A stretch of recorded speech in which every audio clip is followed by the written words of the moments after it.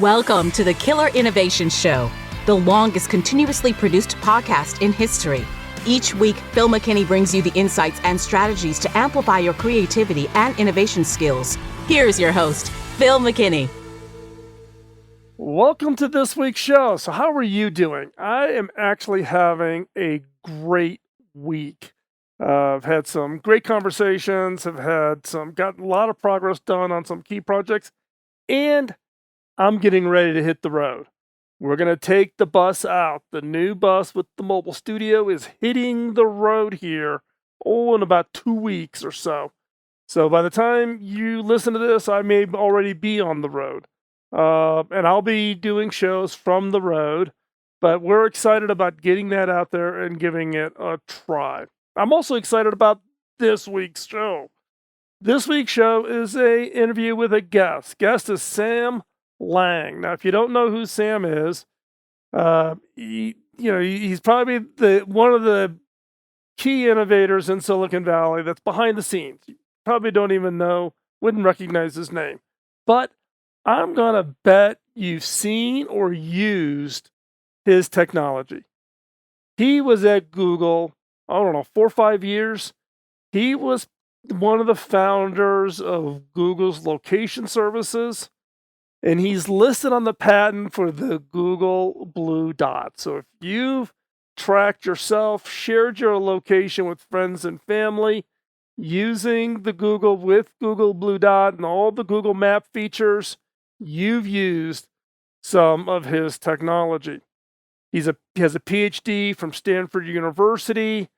And now today, he is the co-founder and CEO at Otter.ai.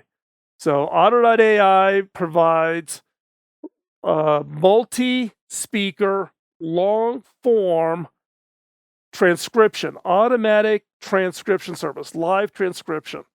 So while you're in a meeting, you can put your phone down, or while you're in a Zoom meeting, Zoom can transcribe your meeting, and you come out with your meeting notes.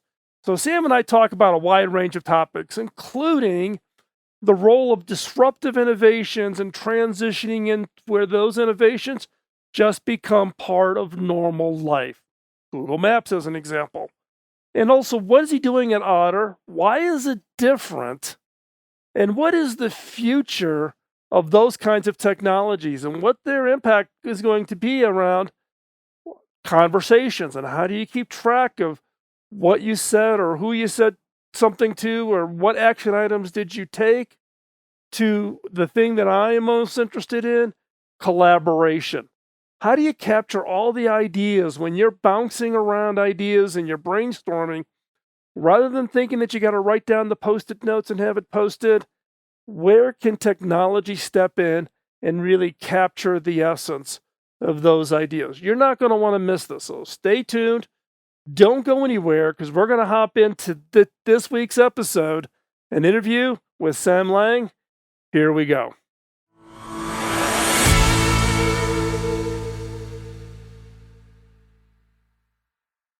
Sam, give us a little bit of an introduction, your background. You've got kind of a different background. I know you went to Stanford. You have a Ph.D., so you have an academic background, but you've also been quite successfully commercially. So talk a little bit about your early years. Give us a little context of who you are. Thank you, Phil. Great honor to be here. Yes, I studied computer science in college first, then working in industry for a few years. But I was, my initial dream was to become a professor. So I went back to Stanford to pursue a PhD in electrical engineering. And I've been focusing on large-scale distributed systems.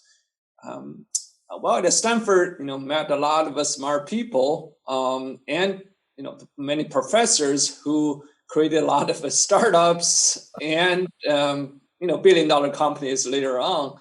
So I gradually changed my plan. After Stanford, worked at Cisco in a startup, and then later working in Google for 4 years. I was the lead of Google Map location service between 2006 and 2010. And our team actually created the blue dot on Google mobile map, which has been used by billions, if not 10 billions, billions of people, at least 10 billion times. But later I left Google and started to do startups.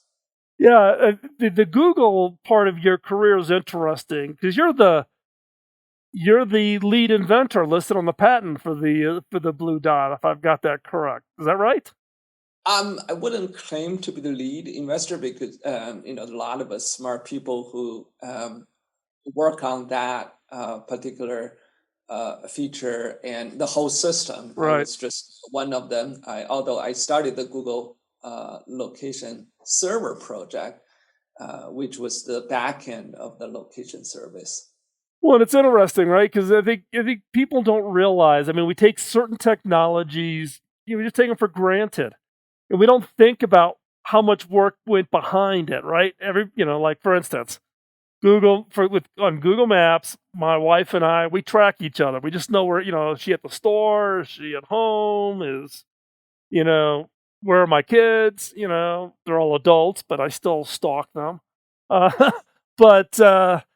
But you don't think about it. I never thought about, okay, someone had to invent that feature, at Google. And I think we tend to take that attitude of a lot of innovations that just become part of day-to-day life. We don't think about what actually went behind the scenes to even create something like that. Yeah, that's the normal evolution of technology. When it was first invented,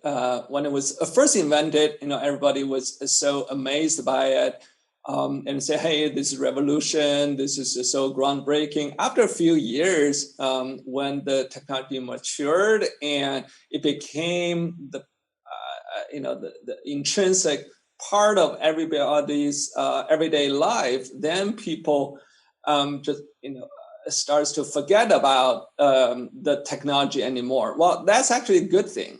This is a lot of things in real life. Even cars have become just a part of our daily life. But I don't know, 100 years ago, it was a great invention.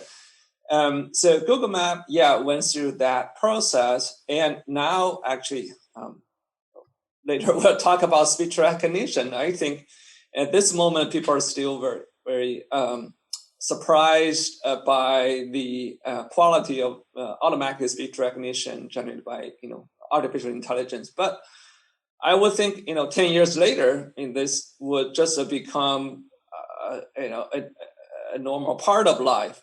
People will forget about the technology behind it. Well, it is, right, and it's kind of one of those pieces where there's a disruption that occurs early, right? So Google Maps, you could say, was disruptive. But then once it becomes kind of mainstream, then there's kind of increments that happen as it improves, and then you had the sharing of location and etc.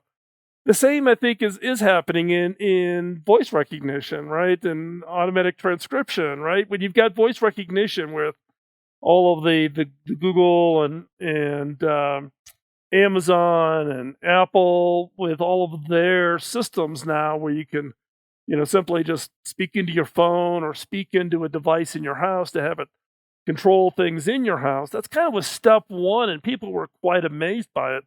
And then people are somewhat comfortable with it. But I don't know about you, and you're in this space. You live in it. I don't. But I still think there's a lot of room for improvement, even from where this has started, with all of these, I don't know what you want to call them, voice rec systems that have been out there for a while. Right.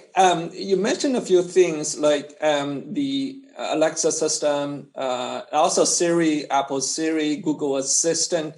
They've been working on this for a very long time. However, the Alexa or Siri are actually quite different from the system we have been building since 2016. When you use Alexa or Siri, you say, "Hey Siri," or "Hey Alexa," to wake up the system and ask a short question like, "What's the weather tomorrow?" or set alarm at 3 p.m., then Alexa or Siri will answer that question or execute the command. So the whole interaction is very short. It's between one speaker and the robot. But when people are having a meeting, either in person or virtual meeting over Zoom or another virtual meeting platform, you have multiple speakers engage in a long form conversation, which could last for 30 minutes, 45 minutes, or 60 minutes.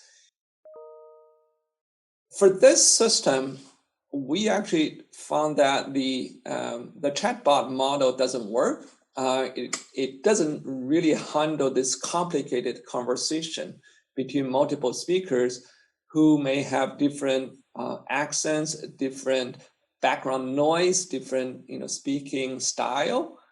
So we had to build the system from the ground up in order to process this much complicated conversation. Well, it's interesting from the standpoint of even my own background. So back when we started this show, that was, 2005. In the early days, starting probably in 2010, we started transcribing the show, right? So you take your audio file, you'd send it off to some offshore transcribing service. They would type it up, and particularly if you had guests, 2 different voices, right? And it was frustrating because even though there was a human who was listening and typing, they couldn't get it right. Even the human could not get it right because it's hard. Accents, hearing the audio, you're not seeing the person. They're not like watching this video of you and I having this conversation. Even human involved transcribing, the accuracy required a lot of effort on my team's part to go through and re-clean up the transcription and clean it up to where it became usable. And we used to do that, but it just got to be such a pain. We just finally said, something, it's not worth the hassle. So we actually stopped doing it for the show. And that, and I always wondered why, couldn't we do it in a better way? So before we jump into the company you're in now, what was your experience that triggered you to say, there's a better way? What was it that kind of like lit that light bulb for you that says, I can go solve this problem? Yeah, there are several factors. Actually, the around 2015, 2016 timeframe, we were trying to figure out what to do next. After our first startup, I realized that I've been having so many meetings every day. Having a lot of phone calls, virtual meetings, and in-person meetings. I just have terrible memory myself. I couldn't remember things I heard 3 hours ago. After 3 back-to-back meetings. What did I promise other people I would do next week? Or who told me about that particular company? I was just puzzled. Hey, on Gmail I could search anything 10 years ago, but for all the meetings I'm having every day, I couldn't recall or search things I heard 3 hours ago. I said, there's got to be a way to solve this problem. Then, we surveyed the state of the art at that time. We tested Google Voice API, Microsoft API, Nuance API. We thought, okay, maybe we can try using their API and see what happened. And we were disappointed because using those API, the quality from that API to transcribe meetings was actually very low. So we thought, okay, they couldn't do it. Then we were actually pretty happy to find that situation. We said that means there is opportunity for us to do something better. And we realized That is one way to it's look at it. Like, nobody else has figured this out. Here's a problem here. I'm going to go figure it out. exactly. So we see the challenge is actually a great opportunity for us because it is actually really hard.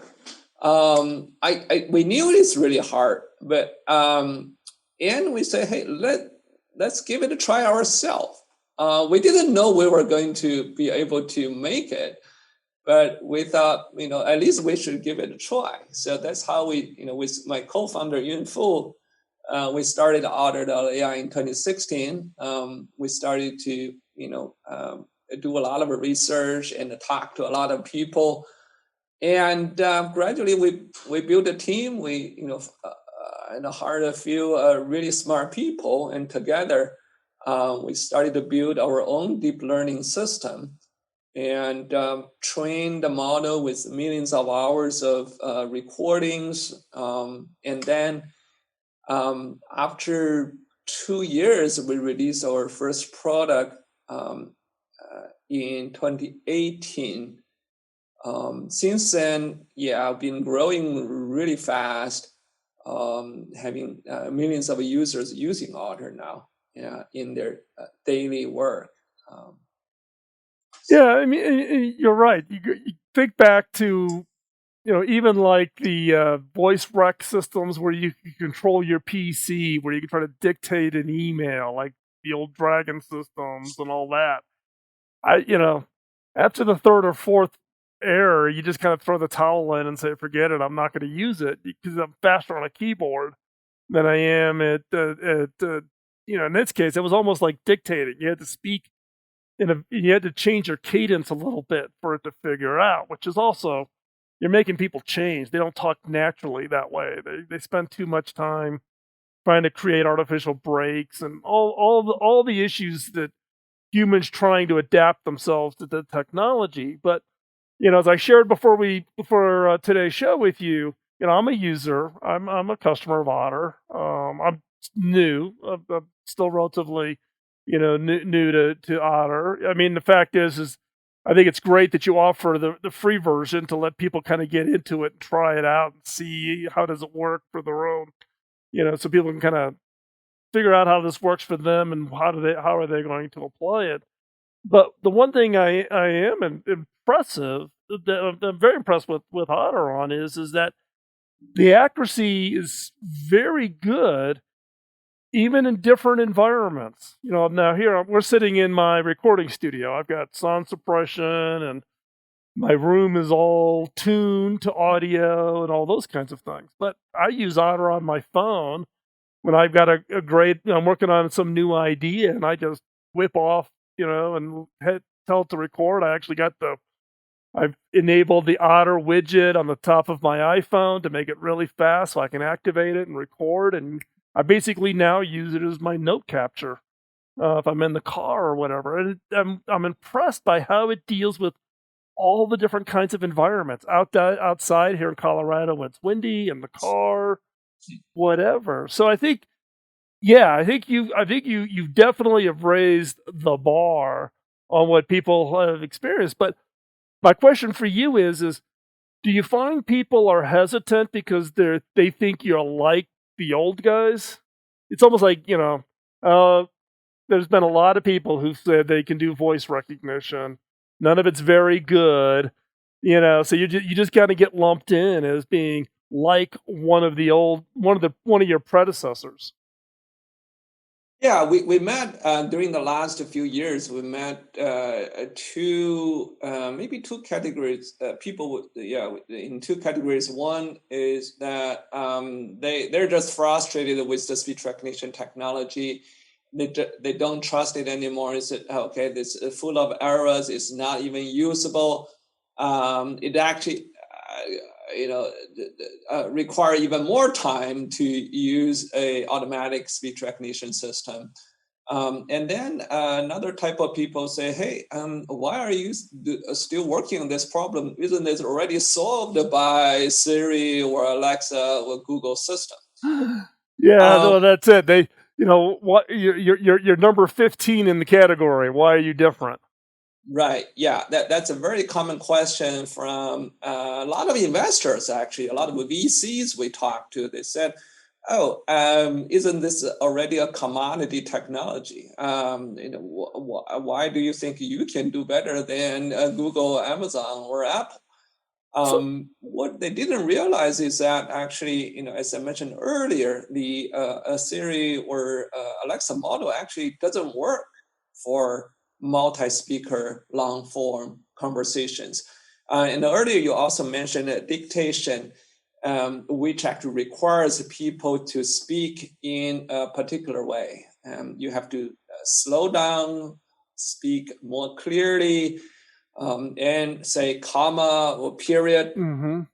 In a meeting, people are busy. They focus on their own agenda, right? Nobody will speak at a particular speed just to let the a robot understand it. And they wanted the other people to understand it, and people are busy. So our focus is to create a very reliable, robust system that adapt to people's natural speaking style. And we don't require people to change in any way. In fact, if you look at Otter, it's actually passively listening. It's not like Alexa that require you to wake it up. Once you turn on Otter, it just silently works for you in the background. No matter how many people are speaking, how fast you're speaking. Otter will try to get it right. It's still not perfect, admittedly. We're still working on it to further improve it, but as you saw, it's actually usable in most situations. And also you mentioned you use Otter on your mobile device. Yeah, actually before COVID, a lot of users do use Otter in all kinds of situations. In-person meeting, they use it in a restaurant, in a very noisy Starbucks cafe, or when they're driving, or when they're walking their dog in a park, they can use Otter. It's very diverse. Although after COVID happened, most meetings are conducted on Zoom or another virtual meeting platform, and people are using Otter majority of the time together with Zoom or Google Meet or WebEx or Microsoft Teams. So this is what actually we created a new integration with Zoom that allows Otter to automatically hook up with your Zoom account and transcribe all your Zoom meetings automatically. Well, in fact, you're running Otter right now on this call. Yes, I'm running it on this call, and I'm sharing the screen with you. If you want, you can share the screen with the audience. Obviously, this is not typed by a human transcriber. This is all done by Otter automatically. Admittedly, although been in the U.S. for 30 years, I still couldn't improve my accent. But Otter is able to get most of my words correctly. Well, and I want to go back also to, well, one is I mean, we're seeing this on the screen right now where the quality is very, very good. And the fact is that there's two of us, and it's able to pick out each of us, from the standpoint of the conversation. So I think, that is incredibly powerful. And the fact that it does it passively, you don't have to do anything. It just is listening. It gets you the transcription. It gets it to you immediately. You don't send it off like the old, transcribing services. I would send it off, and if I wanted to pay for overnight, that was a premium charge. But it would be 3, 4, 5 days before I got the transcription back. Otter gives it to me back right away. But I want to back up because Otter's different. Otter's different than, how do you describe it? We were talking a little bit about the fact that people kind of put you into this category of, hasn't this already been solved? But they were solving a different problem. When you're talking to people, how do you describe Otter that's different? You mentioned a couple of terms. You know, it's multi-person, long form. But is there a category that you're trying to draw around Otter that differentiates it from all the other systems that are out there? Yeah, multi-speaker is a very important factor because it's very different from the Siri or Alexa use case where usually there's only one speaker speaking, Right. which is very simple. And long-form conversation is also important, compared to Alexa or Siri, where you only speak for a few seconds to ask a question or issue a command. In a meeting, people talk for 10 minutes, 20 minutes, or even longer time. And then also due to the speaker change, how does the system detect each different speaker? Right now, actually, the live transcript you're seeing on Otter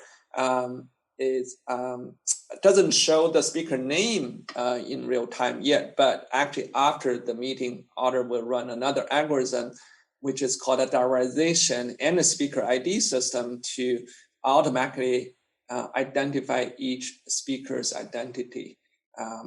I'll share the transcript with you afterwards so that you can see they're automatically identified. And See, also, I'm gonna cheat automatically. I get a full show transcription and don't have to do much. yeah, exactly. So Right. it's another important aspect is that the traditional transcription service actually is very expensive. It may cost you $60, $100 or even more to transcribe every 1 hour of Yep. conversation. That's just not feasible for people's daily meetings because in these days if you look at your own calendar, you may have 10, 20, 40 Zoom meetings a week. It's just impossible to have a human transcriber transcribe so many meetings, both economically or timing wise, right? Because it actually takes a long time. So what we focus on is to build a system that's has high quality and also economically affordable. This is why we released a product that allows people to use it for free at the beginning, and then just let people experience it without any cost. And then a lot of people recognize the value and they need more advanced features. Then they upgrade to the Pro and the business version, especially for a lot of product managers, sales marketing people, or podcasters. They need a lot of collaboration because when you have meetings, it is a social activity. It is a communication activity to help the team collaborate. So actually in Otter, this is not just the transcription that's interesting. It's also the way you share the information with each other. After a meeting, actually even during the meeting, it's valuable to have the live transcript available to everybody in the meeting. Actually, especially for larger meetings today, once you have 4 or 5 people in the meeting, actually people are multitasking. They're really busy. They're answering Slack messages, they're replying their emails, and having a meeting at the same time. So Otter the live notes actually give you an extra channel to get the information. Maybe you're distracted for a couple of minutes, and maybe your kid, working from home, their kid needs you for a couple of minutes. You come back, you look at the transcript. Hey, what did people just say? Did anybody assign me an action item? Whenever you hear something interesting, you can highlight it. I just highlight the last sentence.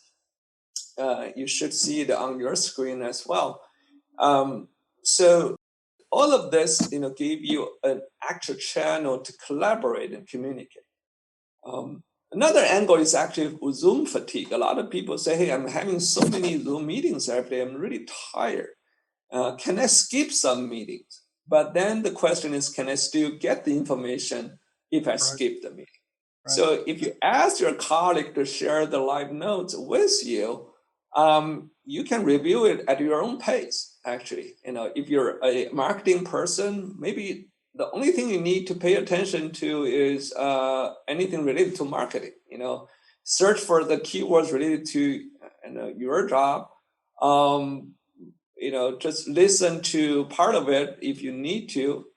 For a 1 hour meeting, maybe 10 minutes is enough for you to get information you need without spending the other 15 minutes sitting in the live meeting. It's a question because, I've seen this, happen in some meetings, right? Even if you're going to turn on the Zoom recording where you're going to do the video recording of a meeting, some people don't want to be recorded, or do they act differently? Have you had any feedback from users whereby they've seen any kind of dynamic change with how people interact when they know they're being recorded versus not being recorded? At this moment, there are some concerns from some people. There's several things, whether you record the video, whether you record the audio, or both, or whether you're transcribed. Actually, each one can be done independently. For some highly sensitive things, maybe just people say, "Hey, I just want this to be off the record." That's totally fine. But our experience that probably 95% of the meetings is okay to be recorded because it has value for both people who attended the meeting live and the people who missed the meeting due to some conflict, or they're sick, or they're just in a different time zone. For large corporations, this is why actually a lot of our customers, a lot of international companies find this really useful because they have people located in different time zones. Having this available is actually really valuable. So I think there are some situations people don't want to use this, but moving forward, we see more and more meetings can use this. And again, user has full control. They can turn it off, or they can program it in a way that certain meetings are just not included in this process. Well, but I think people change, right? Because even in I've been using Zoom now 8 years. It's an alpha customer with Zoom, and even back with Skype and all of them, people were hesitant. They would not turn their cameras on, right? But now I think also I think COVID's had some impact on this to where it's now almost become etiquette. If you're actively in a meeting, turn your camera on, unless you're like in a webinar and you just want to focus on the speaker or something. In the early days, people did not want to be recorded on Zoom, and now more and more people are like, "Hey, yeah, fine. If I'm willing to say it, I should be willing to say it and be recorded." So I'm going to predict. I'm going to go out and make a prediction here that I think people may have an opinion about it today, but when it becomes more natural, this kind of gets back to the blue dot on Google Maps, right? In the early days, people were like, "Oh, I don't want my information shared. I don't want my location shared." But as soon as people figure out that, wow, my wife can know when I'm on my way home from work, or I know that she's at the store, or she's on her way back, I don't have to call her or harass her to find out what she's doing, right? It just becomes part of the natural thing. I think this transcription, when it makes that leap from being, wow, this works, to, wow, here are all the different use cases I'm going to use it for, I think that issue of concern kind of goes away. It's like this transition of the blue dot to being just part of life to these long form transcriptions. I don't have to worry about writing notes. I can pay attention, or I can deal with other things. I think it just becomes kind of, I'm going to predict that eventually it gets to the point where someone says, "Well, what do you mean you're not transcribing the notes? You mean I got to bring a notebook and I got to write? I got to write while you're talking?" Yeah, I totally agree with you. I think we definitely, take privacy very seriously. All the data is owned by the user. We don't sell the data. If the user asks or delete the meeting in Otter, we erase all the copies. It is encrypted on disk and in transmission as well. And then it's going to be a new habit, and that people in a few years will just assume Otter is available in the background because they're mentally dependent on it. Right. If it's missing, and then people say, "Oh, well, how come the Otter is not working? How am I going to remember all these 10 things?" In a few years, I think it will be the opposite.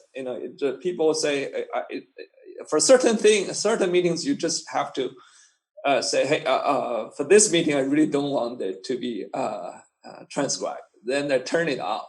Right. But it's going to be. I think it's going to become the exception. I think it's so. Give us a little bit of background on Otter. Where is it today? Now it's been when it was founded. When was it founded? It was founded in 2016. Right. It's more than 4.5 years now.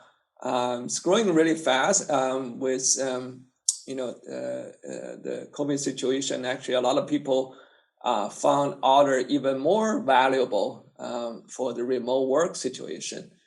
And longer term, we see this is the future of work. The COVID situation actually accelerated the evolution, and people using it with Zoom, with other virtual meeting systems, sharing the information with their team.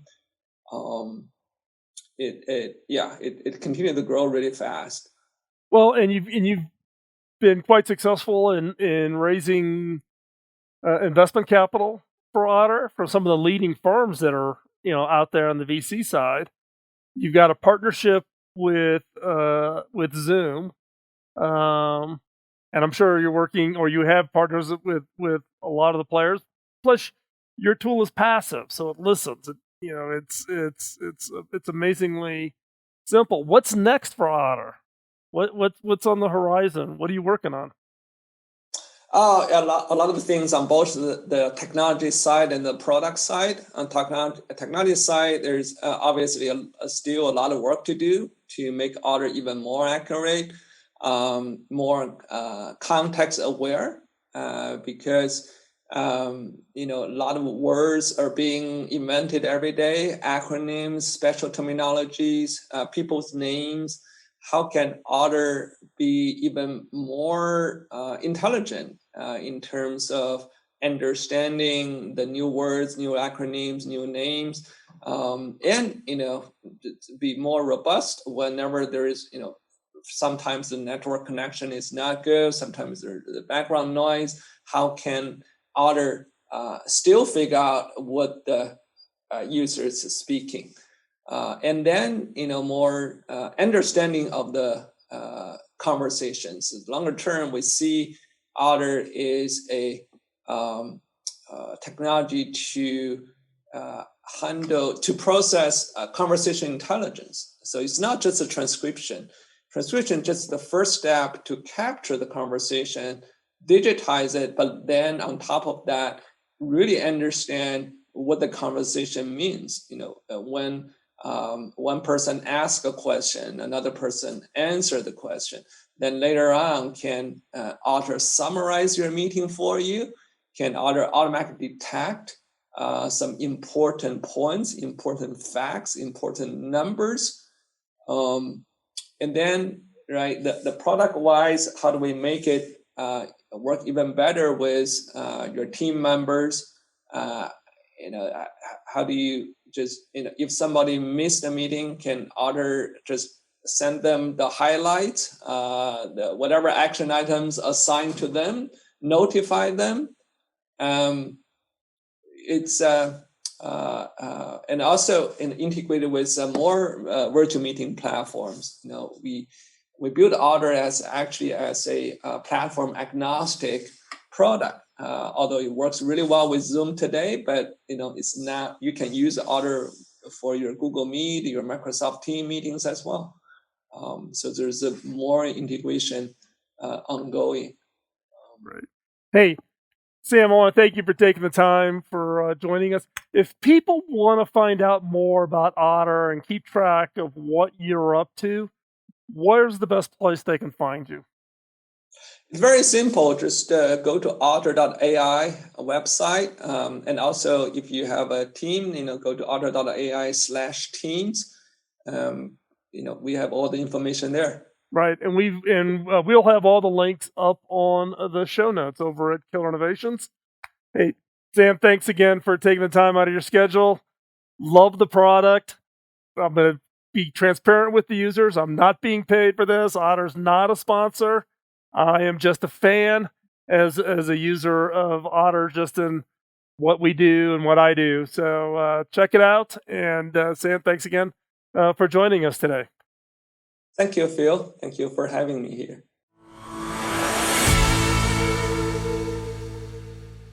So I have one question for you. After listening to Sam's description of what drove the formation of Otter.ai, what problem are you going to go solve? Now, Sam shared, it wasn't like coming out with something totally new. There has been digital transcription attempts before. There's been other companies in the past that have tried to do what Otter.ai is doing. But it was a problem. What exists did not solve Sam's problems. After doing meeting after meeting after meeting, keeping track of what did he say, what to-do items did he need to write down, the challenge of listening and being engaged in a conversation while taking notes. So it's not the issue of innovation always has to be something totally new, blank sheet of paper. Nobody's ever tried this. You can fix problems that exist today. So my question to you is what problem are you going to go out and fix? What's that pain that you are experiencing? Use today's show, use the conversation with Sam as that inspiration, that jumping off point for you to find maybe something that somebody else has tried to solve but hasn't done a very good job of it, and you can do better. Now, if you didn't capture all the notes during the show today, hop on over to killerinnovations.com. We will have all of the show notes over there, so check that out. Also, the one thing I would ask for you to do today is, one, subscribe so you don't miss any future episodes covering great topics like today. And also, share it with others. I started this podcast back in 2005 under the pressure and direction of my early mentor, Bob Davis. I could not pay him back for what he did in helping me get my career started down the right track. When I first got my first job, I could not pay him back. His instruction to me was pay it forward. And that's what we've been doing now since 2005, is putting out this content to help you, to pay it forward, to share with you my experiences over my career. And hopefully you find it useful along your path to your success.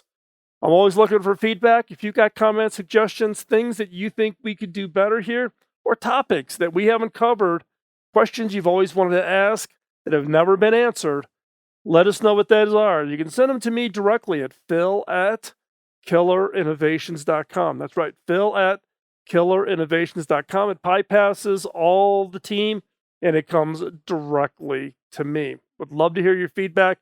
Would love to hear your topic suggestions. And if you've got somebody that you've heard, a book you've read, something that you think the other listeners would enjoy, send those over. Always looking for great suggestions. Also, if you want to continue the conversation, hop on over to the Innovators community. Just go on over to theinnovators.community. That's a free community, free of charge. You just sign up there.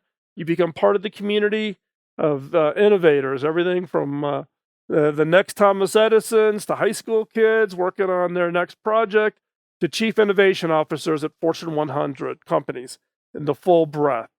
Have an opportunity to contribute and also to learn from a great community of innovators.